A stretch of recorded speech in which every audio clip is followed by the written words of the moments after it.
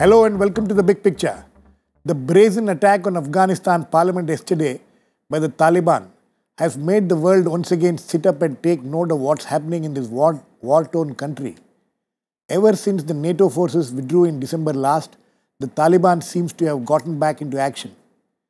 Yesterday's attack, which the Taliban has claimed is its doing, is part of the group's attempt to regain hold over the nation. In the last few days, it has been advancing across the northern parts of the country and is said to have captured 2 districts of the Kunduz province. The presence of the ISIS in Afghanistan and its clashes with the Taliban is another dimension of the problem. Meanwhile, the Afghan army and police, both without the support of the NATO forces, seems to be fully stretched to their limits to tackle the twin dangers caused by Taliban and ISIS. Is Afghanistan slipping back into chaos? How will all this play out in the coming days, weeks and months? Is the Afghanistan government capable of tackling the situation? What's the role being played by Pakistan and now China and Russia? And how should India deal with the situation? We will discuss all this today with Vivek Katju, former Indian ambassador to Afghanistan, Rana Banerjee, former Special Secretary, Cabinet Secretariat and a security analyst, Dr.Radha Kumar, Director General, Delhi Policy Group, and Anand Sahay, Coordinating Editor, Asian Age. And on the phone line from Kabul is Syed Anwer, a reporter for the BBC. Welcome to all of you. Syed Anwer, I would like to come to you first. This attack on the parliament, which reminds us in Delhi of what had happened to our parliament some years back. How serious is this and what does it mean?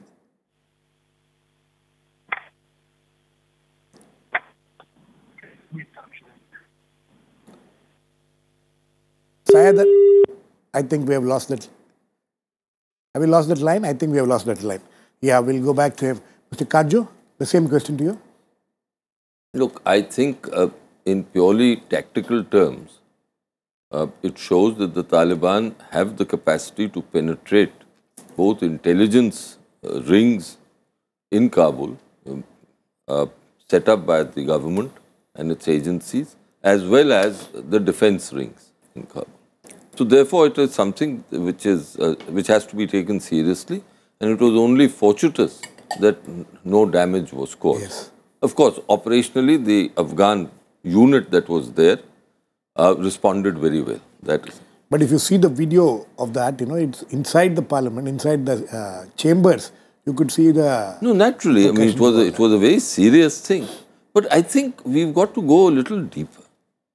What it shows quite clearly is that fundamentally, the Taliban core has not given up its basic aim of converting Afghanistan back into an Islamic emirate. Second... Sir, sorry, I think we have got Syed Anwer on the line. I'll come back to you after this. Syed Anwer, did you hear the question which I asked earlier, or what does this attack mean? The line was... What does this attack on the parliament mean? Question. Pardon, can you repeat, please? What does this attack on the parliament mean? Well, this attack in Afghanistan means a big attack on Afghan parliament, a big attack in the head of Afghan capital, Kabul, that you saw the Afghan security forces, especially Isa Khan, the young Afghan soldier, he succeeded to attack back the attackers and kill 6 Taliban attackers. It is giving another picture among the Afghan society, among the Afghan people, especially among those Afghans who are using social media. And now Afghans are discussing that despite such organized attack, Afghan security forces are in a position to fight insurgency in Afghanistan, but still some Afghans believe Afghan security forces need international community support and help. Okay. Please stay on, Syed. I'll come back to you. Yeah, please continue, Mr. No, so as I was saying, the first thing is that the Taliban have not given up their basic aim politically within Afghanistan. And second, I think, despite Ashraf Ghani's best attempts, the Pakistani authorities have really not changed course, because I cannot believe that if they were serious, they could not take action, military action within Afghanistan to restrain the Afghan Taliban. They have the capacity to do so, but they are not exercising that capacity. The Pakistani authorities. Of course. Okay. Banerjee, would you agree with that? And how far this ISIS is also supposed to be, there, and these two forces are fighting each other. What is how is all this playing out there? The impact of the ISIS in Afghanistan is not so formidable. It is only in the context of the Taliban leadership's inability to control some of the splinter factions which are emerging, particularly those that have adhered to the Islamic movement of Uzbekistan or ex-Tajikistan movements. So that is a stray sort of an aspect for which they have been emphasizing that Mullah Umar's spiritual leadership is still important. But as regards the capacity to hit, I would agree with Vivek when he says that, the parliament attack demonstrates yet again that they have this capacity to strike at the moment of their choosing. Though, of course, the quick reaction by the Afghan National Commando Forces, particularly the Sergeant Isa Khan, which was mentioned, has made him quite a national hero, the speed with which he reacted and contained the damage.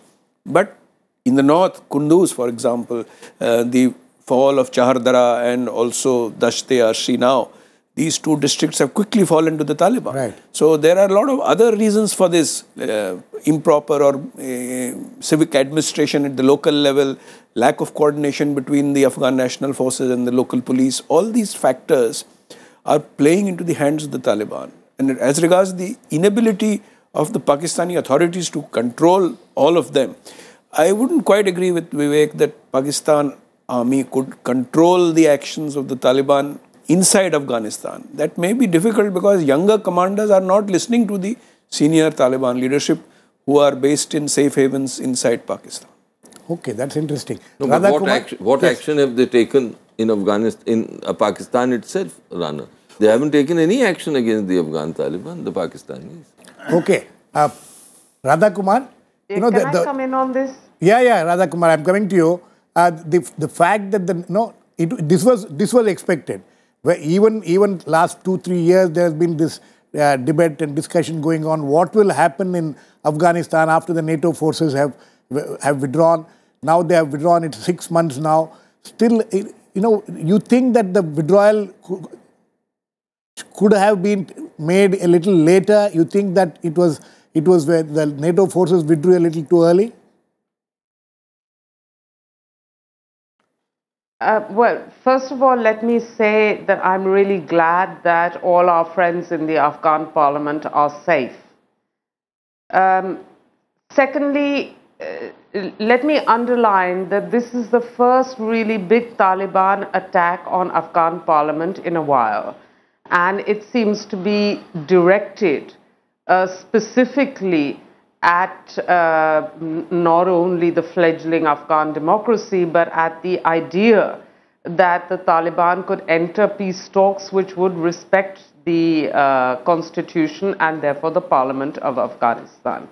And in that sense, it's sending a very bad signal indeed.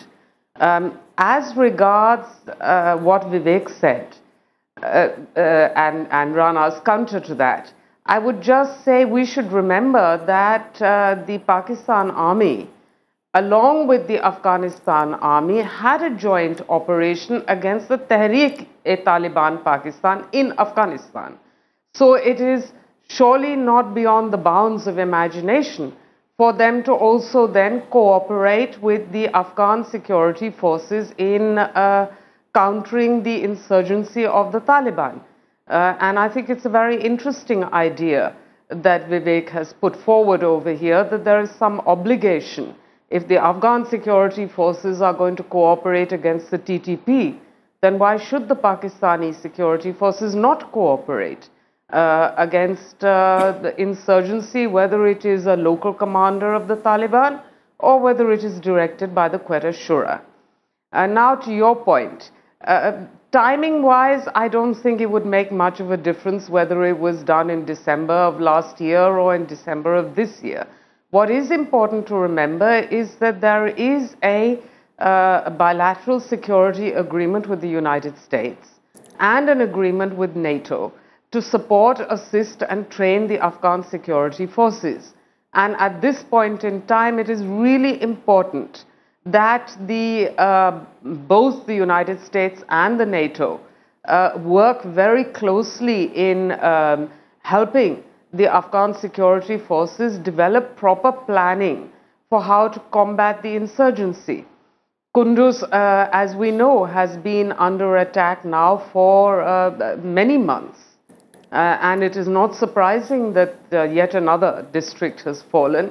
Indeed, we know that at several points in time, the Taliban has come close to conquering the capital city of the province. Right. And there's no doubt at all that you need a good tactical plan of how to combat the insurgency there. Okay. What kind of air support you require, what kind of weaponry and so on. Okay. But that same planning has to apply now across the country. Okay. Anand? Anand, you know, Radha is talking about planning and things like that. All this planning must have taken place before the NATO forces withdrew. And now, you know, the follow-up action. You think the problem is with the follow-up action, or you think that the Taliban has regained so much ground that all this, you know, the Afghan forces are unable to tackle them? See, Girish, I think you've spread the mat canvas very wide. You've asked a very sort of wide range of questions. They are connected, many of them, some are not. But so I will quickly try to skim over the whole surface the way I see it. Firstly, this is not something entirely new and unexpected. When the US and NATO forces were in Afghanistan, engaged in active combat operations, the ISAF headquarters was attacked. US embassy came under fire so many times. This was. It is not that there is a. It's not that Taliban had completely withdrawn, or they were not around. Not completely withdrawn. They were giving the NATO forces hell. And the US embassy attack, in fact, on that day, it was being described by American professionals as a very complex attack. That word complex was used. So it's not for the first time that a fairly symbolically speaking, a very dangerous kind of attack has succeeded. Vivek is right that this shows the fact that all these people could come, that vehicle laden with explosives could come right outside Parliament House, crossing so many barriers, security points on the way, and then actually from the house opposite letting go these firing from there. That is a fairly well guarded area. I mean, I was there. I saw it. 3 weeks ago, 4 weeks ago. Right. So there is obviously a certain amount of penetration within the security system of Afghanistan and also by the Taliban. No, there's nothing surprising about that. It is not new. That's what I'm trying to tell you. It was there for quite some time. The fundamental difference seems to me between when the NATO was there, available for combat, and now they are not, is the use of air power. Now the Afghans don't have an air force, really speaking. They're trying to get a few scratchy things started. But effectively speaking, there is no air power. That is the real difference as far as combat operations, etc. go. Number two, I think is far more important politically. These things are. It was a no-brainer to suggest that when the American combat services would be withdrawn from Afghanistan, the Taliban would try to come and overrun the place if they could, right? They have not done so because they cannot just now.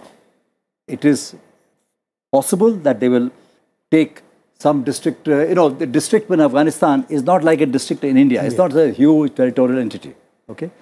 They've taken districts before when the US forces were there. And they've taken those districts in Helmand and Kandahar, which are, better protected. Which are very well protected at that time. But they have not shown the ability to retain those territories. Now, here in the case of Kunduz, there was some doubt whether these districts have actually fallen, or there were conflicting reports coming. But if they have fallen, can they hold, and what they will do with it? That's one thing. But I think the issue, I mean, if you'd bear with me for a minute or so, the issue really is that the current leadership of Afghanistan, they have tried to be very solicitous of the Taliban as well as the Pakistan army and the ISI, thinking that that will yield them a peace dividend, that they will be able to get into some kind of a cooperative framework, political framework with the Taliban. Now, to me, it seems that that has not happened, actually. And that is not on as a strategic objective of the Taliban. Yes, Mr. Katju. On Kunduz, what I think is the most dangerous part is the fact that Kunduz is the only province in the north which is Pashtun majority. So it's clearly that the Pashtuns of the north, as in the past, as in Masood's time, are now siding with the Taliban and doing so openly. Something which they hadn't done for over a decade. So a new dimension has been added to the So that's a new dimension. Okay. Syed, it's been going in that direction, Syed, Vivek, for some time. Syed Anwer, what is sitting in Kabul now after this attack and the kind of debates and discussions which must be going on there? Is Pakistan seen as some kind of being complicit in this, or at least not being as cooperative as it should be, as some of my guests here talk about? Well, the security is normal now. This is the road I travel every day, the road which was attacked yesterday. Even yesterday, 3-4 hours after the attack, there was no worry, no panic in the area. The shops was closed and children were playing in the streets around this area, and people were shopping in area around the parliament. Kabul in the past years many times faced bigger attacks than yesterday attack. And let me little bit mention about Kunduz. Just this morning, Afghan security forces again captured the Chardara district, and while the war is going on in Dasht-e-Archi. But after formation of the National Unity Government in Afghanistan, many Afghans, experts, and those who have an eye in the situation, they believe that with cooperation of Pakistan, the insurgency can be controlled in Afghanistan. But still, after attacks or fresh fightings in Kunduz and in Baghlan, in some northern provinces, majority of Afghans believe that still Pakistan is not cooperating with the current Afghan government in controlling the Taliban or suppressing the insurgency in Afghanistan. Once there was a news that Pakistan demanded the Afghan Taliban or asked the Afghan Taliban to stop their spring offensive, but now after start of fighting in Kunduz and in some other areas, Afghans believe that Taliban are now not listening to Pakistan, and that they are going to continue their spring offensive. Also, in the past weeks, there was another news or issue that Iran is supporting Taliban now, and though Iran denied it, still the situation is somehow confused. But majority of Afghans still are in view that with cooperation of Pakistan, the insurgency can be minimized or controlled in Afghanistan. If Pakistan do not cooperate, this situation will be continue for a long. Okay. I just want to recall to what Vivek was saying. The Gulbuddin Hekmatyar, the Hizb Islami leader, he belongs to Kunduz, and Kunduz is Pashtun majority. I mean, for 100 years now. It was relatively quiet, but for the past 5 or 6 years, there have been, accretion of Taliban strength also his strength. And to the east of Kunduz, in Badakhshan, again, just like in these two Kunduz districts, they had taken a district there as well. Okay. But they could, the capacity to retain. No, but he's, Syed Anwer is talking about Afghan forces being able to, retain, get back some of the Taliban have not shown the capacity to retain. Mr. Rana Banerjee, what Syed Anwer says, and also the fact that this whole thing, if we go by what he's saying, and all of you and Vivek was saying, the role of Pakistan is the key here. Well, essentially, it bears out what I said earlier, that the Pakistanis are claiming that they are unable to control all the Taliban elements. The younger Taliban elements, they are not listening to them. Malia Lodi has given a statement in the UN also to this effect. And what is significant is that the threat in the north is serious enough so that, strange bedfellows like Atta Noor and Dostam have recently joined up to form a new alliance against the Taliban. So this is something when the old warlords who have been fighting against each other are getting together to try to present a joint front against the Taliban. It means that slowly we are reverting to the old situation of, ethnic chaos and confrontation that plagued Afghanistan for a very long time. So we are degenerating towards that situation if the Taliban offensive cannot be controlled. Mr. Katju, what is the lesson from this? Actually, what he's talking about, Rana Banerjee says that, it's going back into chaos, ethnic strife and things like that. All these years of relative peace which we saw when the NATO forces were there, the US was very active there. All that is, you think all that is now a thing of the past and we're back into the chaos? I think that Afghanistan is slipping. I also think that a point of no return has not been reached. But the fact is that since the fraudulent election, the second round fraudulent election of last year, some of these things could have been anticipated. That election led to an exacerbation of ethnic feeling. So the democracy has really not taken roots there? No, democracy is on the surface.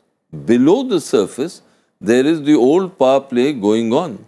And all this idealistic notion that suddenly Afghanistan has changed and its people have changed is wrong. The fundamentals are there.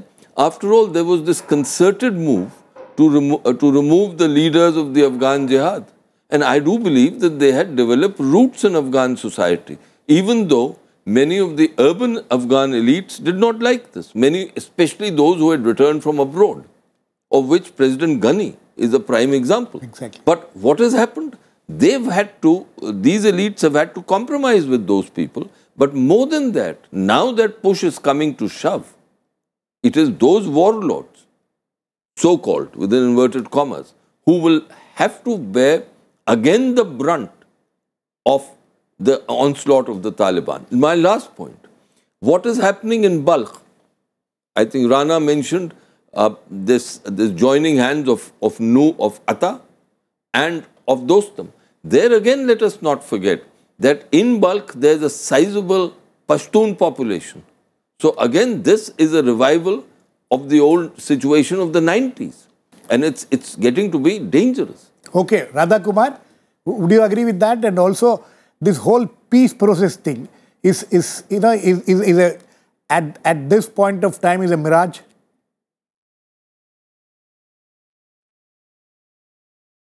Look, first of all, I don't think that democracy is something you have to work very hard at over a very long period of time. As we are well aware in our own country, we have a long way to go to strengthen and further develop our democracy. So I don't think you can pose a question in terms of, oh, Afghanistan is or is not democratic. What we do know is that there is an aspiration towards that, and there are attempts to create those institutions. There are also counter. Certainly also they very could strong. Crumble, Sorry, but they can also be. They can Sorry, what I have They asked. can also be shored up and assisted to strengthen themselves. No, but apart. So that's one part of the that's one part of the argument. Rather, one second. The ethnic conflict part. Rather, 1 second. Yes. No, there's certainly aspirations for democracy and all, but what we are seeing now, is it that the counter to those forces who are aspiring for democracy is becoming stronger? That's the question.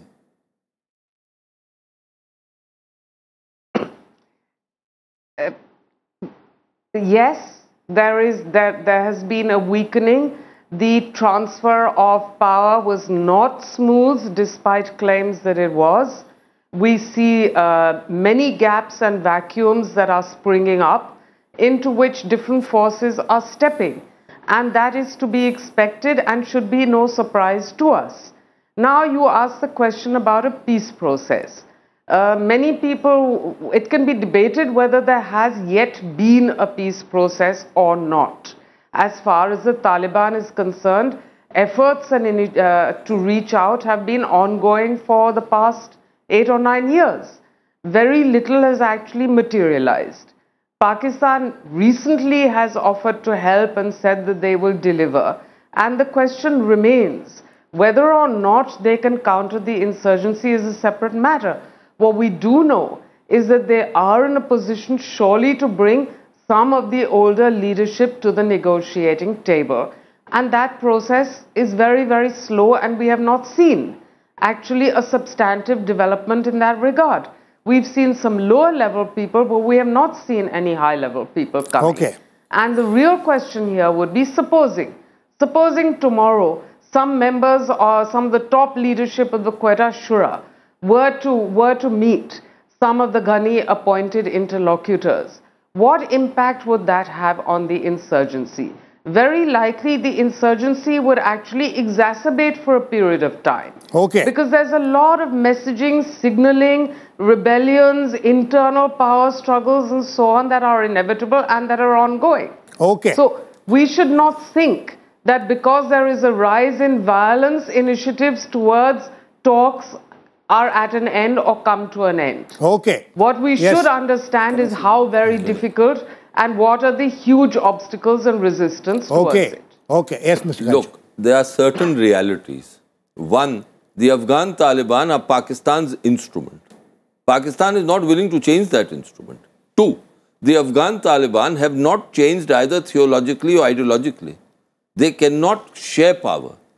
So therefore, the conclusion is inevitable that those who aspire for some kind of a miracle, of a compromise, of negotiations, I think are not living in reality. Okay, these are people of the 7th century who are unwilling to change. Okay, but very quickly, we haven't discussed what India's role in it. Very quickly, Mr. Rana Banerjee, how does India deal with this situation? Very quickly, we are running out. In the context of the developing ethnic, schisms, we need to patiently wait and watch these things closely.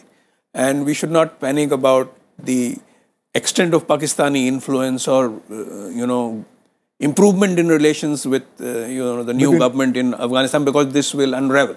Because Pakistan may not be able to deliver on what all they have promised to the Ghani government. Okay. Anand, same question, very quickly. But there has to be something in the backdrop also. I think I'm not completely sure if this descent into chaos, that kind of thinking is entirely valid. The fact that Dostum and Atanur are coming together is not only is not only a sign of the Taliban gathering together more than before, more easily than before in parts of the north, but also the fact that the Ghani leadership is being seen as weak. Ghani leadership is being seen as having compromised deeply with Pakistan, and as a reaction to that, it's a political reaction to that. Many former so-called warlords who are anti-Taliban and also anti-Pakistan, they are trying to do what they can to form their own front. Okay, I think. But this descent into chaos, I'm not sure, and I'm not sure about the democracy. It's not a case of descent into chaos, but the present political structures are weakening. That is the whole issue. The government is weak, and is compromised with Pakistan. We are completely run out of time. It's a complex situation out there in Afghanistan, as this discussion itself has made it clear. Whether it is slipping into chaos or it is not, is something we'll have to wait and watch. We hope that it won't slip into a chaos as far as people of Afghanistan and all people living around are concerned. Thanks to all my guests. Please keep watching. We'll come back with another issue in the big picture same time.